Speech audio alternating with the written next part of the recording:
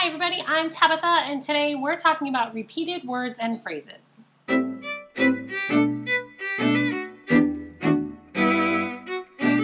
A couple months back, I put out a call on Twitter in the writing community asking for topics you'd like to see in future videos.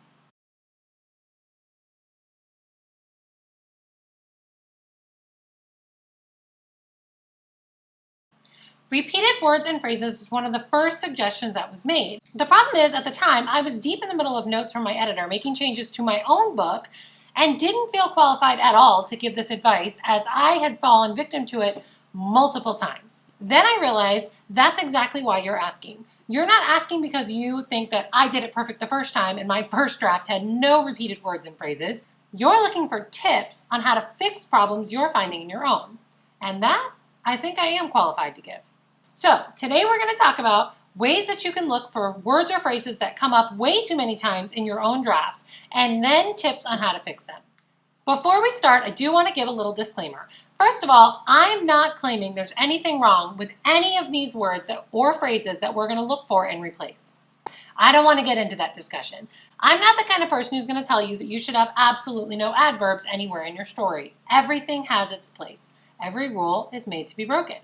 So all of my advice here revolves around the idea that if you think you used a word or a phrase too many times, you're going to want to change it. As an avid reader myself, which you know if you watch the channel, I know that sometimes some words or phrases can be overused and make the story seem a little boring or flat. You want an author to be more creative. That's what I'm trying to help you with today in this advice. One way that you can figure out if you think you overused a word or a phrase too many times is to do a quick calculation after you search for a word to find out what percentage of your manuscript is that word.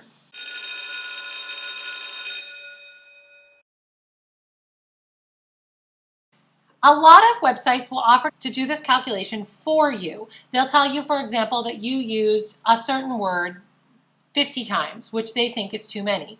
That's great, but a lot of those websites are going to return things that you would have already purposely used too much of. For example, the name of your main character, the location of the place where it takes place, or a really important word, like in one of my manuscripts, the word magic is used a lot.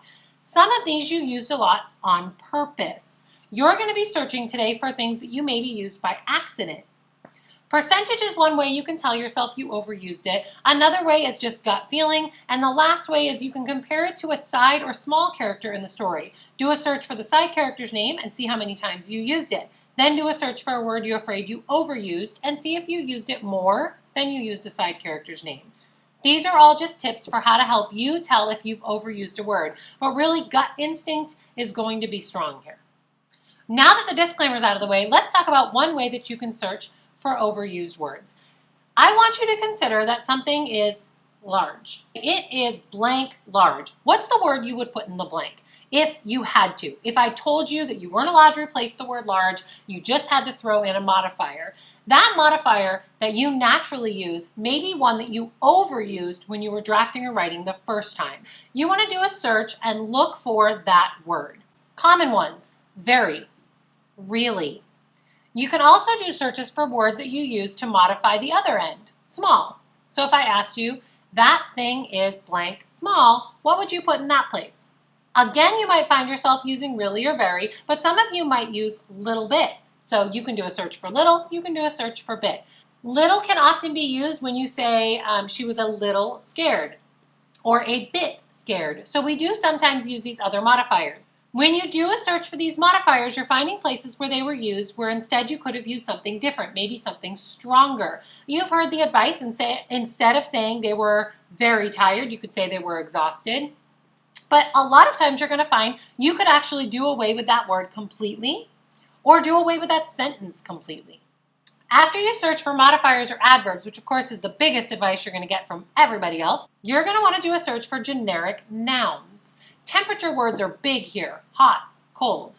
You also may have used generic size words: small, big, tall, short. One of my biggest complaints with a traditionally published book by a big author, who I won't name drop here, is that this author overuses the word tall and then later drops the size of the character, and I completely disagreed with them being tall, but that's beside the point. They overuse the word tall. So you want to be careful and make sure that you don't do that. One way to check is to search for generic nouns like that you may have used in your story. The last one I always suggest doing an overall search for with your entire manuscript are colors. Now this might be one where you find there's nothing to replace it, and absolutely you need all of them, but it's worth it to look. For example, if you do a search and you find that you've used the word red 30 times, you may decide you want to drop it out a few times, change one of the colors once, or maybe even go with a more specific description of what shade of red that was. I'm going to drop in the comments a few helpful links that I have that may help you find better words to describe color or better ways to say things. It's only a suggestion, and by no means is this something you absolutely have to do.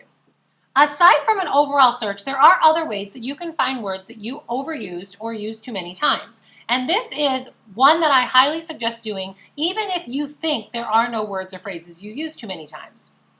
I want you to take your manuscript and choose a random 10 pages. Don't pick the beginning, don't pick the ending, don't pick the scene you rewrote the most, and don't pick your favorite scene. Got it? Okay, now pick a random 10 pages and you're going to either print them if you have that capability or read them off the screen if you don't. But you're not looking for editing things. What you're looking for is words or phrases that you realize you may have overused on this page. In fact, what it may help you to do is to read it backwards. You're not looking for content. You're just looking for, whoa, I called her a girl 5 times in this 10 pages. Or, whoa, I said sweater 3 times in this paragraph. You're going to highlight, mark, or otherwise write those down. Then go back to your full document and do a search. Is this a problem you had everywhere or only on these 10 pages? Okay, so now that we've identified our problems, either modifiers that we used, generic nouns, overused stuff on our sample 10 pages, or color names, we're actually going to have to go back through and change those. As a side note, I do actually make those changes when I find them, but for the purposes of this video, it made sense to talk about finding them and then changing them. There's quite a few ways you can make changes to these overused words or phrases that you found in your manuscript. The first one, or my favorite, is to completely rewrite the sentence it appeared in. You're going to find editors recommend this a lot if the reason why you're making the change is because you overused a word or phrase in one paragraph. If you, for example, use the word sweater 3 times in a paragraph, your editor is going to suggest you completely rewrite the whole paragraph. Focus on forcing yourself to use sweater only 1 time and dropping it off completely 2 other times. The second way you can fix an overused word or phrase is to use a stronger verb. This is going to help us, especially if what we find is that we use that modifier a lot, like very.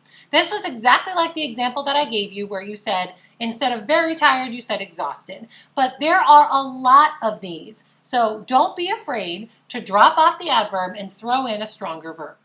The third way you can change an overused word or phrase is to cut that word or cut the sentence. This is a little different than rewriting it completely because you're not choosing to rewrite the whole paragraph where it appeared or every single time it showed up, just that in this specific case you realize it could be cut or you didn't even need that sentence at all.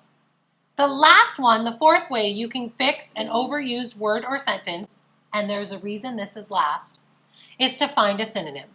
Now, I want you to be careful here. Overusing a synonym or a thesaurus is going to make you sound like Joey from Friends. I can't be the only one who remembers that scene, right? Where Joey used the thesaurus tool on his computer to rewrite his recommendation letter for Chandler and Monica, and it ended up being completely unrecognizable. I have read books recently, in fact 2 come to mind, one by an indie author and one by a traditional author, neither of whom I will name, where the thesaurus was obviously overused. They didn't choose to replace the instance of the word, they just decided to throw in every synonym they could think of for the word. Look, we know what you're doing. That's not changing an overused word problem, that's almost making it a little more annoying actually. So, save that one for absolutely last. Consider rewriting the sentence, going with a stronger verb, or cutting the sentence. Only use a synonym if the rest of that stuff is not possible at all. Okay, I think that's it for me and my tips on what to do about overused words or phrases. I hope you found at least one thing you'd call useful today. Drop me a comment down below and let me know other questions or topics you'd like me to look at next time, or questions you still have about this, or in general, your favorite tips. I want to say a special shout out today for students who are watching us in their writing classrooms with the teachers that are participating. If you are part of this writing workshop, welcome. Remember that you can send me a personal email if your teacher doesn't want you dropping YouTube comments in class. Don't forget to subscribe to my channel so that you know when I'm back. Keep plotting the path to your dreams, and I will see you next time. Bye.